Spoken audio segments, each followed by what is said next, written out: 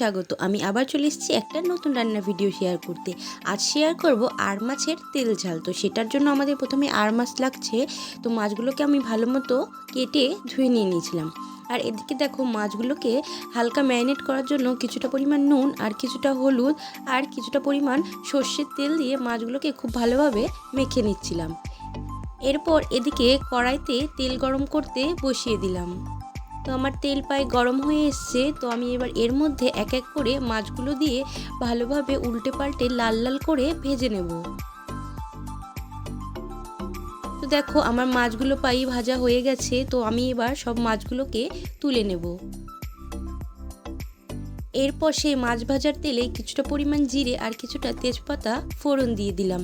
এরপর সেই মাছের মধ্যে আমি কিছুটা আলু দেব, তাই আলুগুলোকে কেটে ধুয়ে নিয়েছিলাম। আলুগুলো দিয়ে এবার হালকা তেলের মধ্যে নাড়াচাড়া করে নিলাম।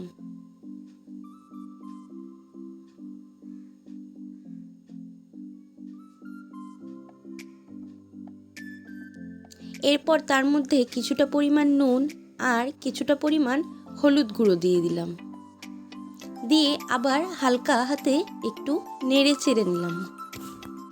তো আমি এবার আলুগুলোকে আবার একটু হালকা হাতে নেড়ে চেড়ে নিলাম। তো দেখলাম আমার আলুগুলো প্রায় ভাজা হয়ে এসছে। তো আমি এবার এর মধ্যে কিছুটা পরিমাণ জিরের গুঁড়ো, হলুদ গুঁড়ো, লঙ্কা গুঁড়ো দিয়ে একটা পেস্ট বানিয়ে রেখেছিলাম। তো সেই মশলাটা দিয়ে দিলাম। দিয়ে এবার সেই আলুগুলো আর সেই মশলাগুলোকে একটু ভালোভাবে কষিয়ে নিতে হবে। এবার এর মধ্যে আমি কিছুটা পরিমাণ স্বাদের জন্য চিনি দিয়ে দিলাম। চিনিটা তোমাদের কাছে অপশনালি, চাইলে দিতে পারো। তো এরপর আমি এর মধ্যে কিছুটা পরিমাণ চারমগজ বাটা অ্যাড করে দিলাম। তো চারমগজ বাটাও তোমরা চাইলে দিতে পারো, নাও দিতে পারো। চারমগজ বাটাটা এই জন্যই দেওয়া যাতে ঝোলের কোয়ান্টিটিটা একটু গাঢ় হয়। চারমগজ বাটা দেওয়ার পর আমি খুব বেশিক্ষণ মশলাটাকে কষাবো না। তো আমি এটাকে হালকা হাতে কষাবো, তেল ছেড়ে যাওয়ার জন্য ওয়েট করব। তো দেখো তেল প্রায় ছেড়ে এসছে। এরপর আমি ঝোলের জন্য কিছুটা পরিমাণ জল অ্যাড করে দিলাম। এরপর দেখো ঝোলটা প্রায় ফুটে এসছে। তো আমি এবার এর মধ্যে এক এক করে মাছগুলোকে অ্যাড করে দেব।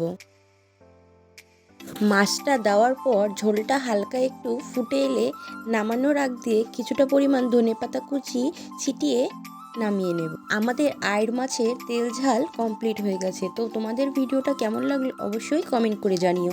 যদি ভিডিওটা ভালো লেগে থাকে তাহলে অবশ্যই লাইক, কমেন্ট, শেয়ার আর সাবস্ক্রাইব করে আমাদের পাশে থেকো। তো আজকের মতো টাটা, see you in the next video.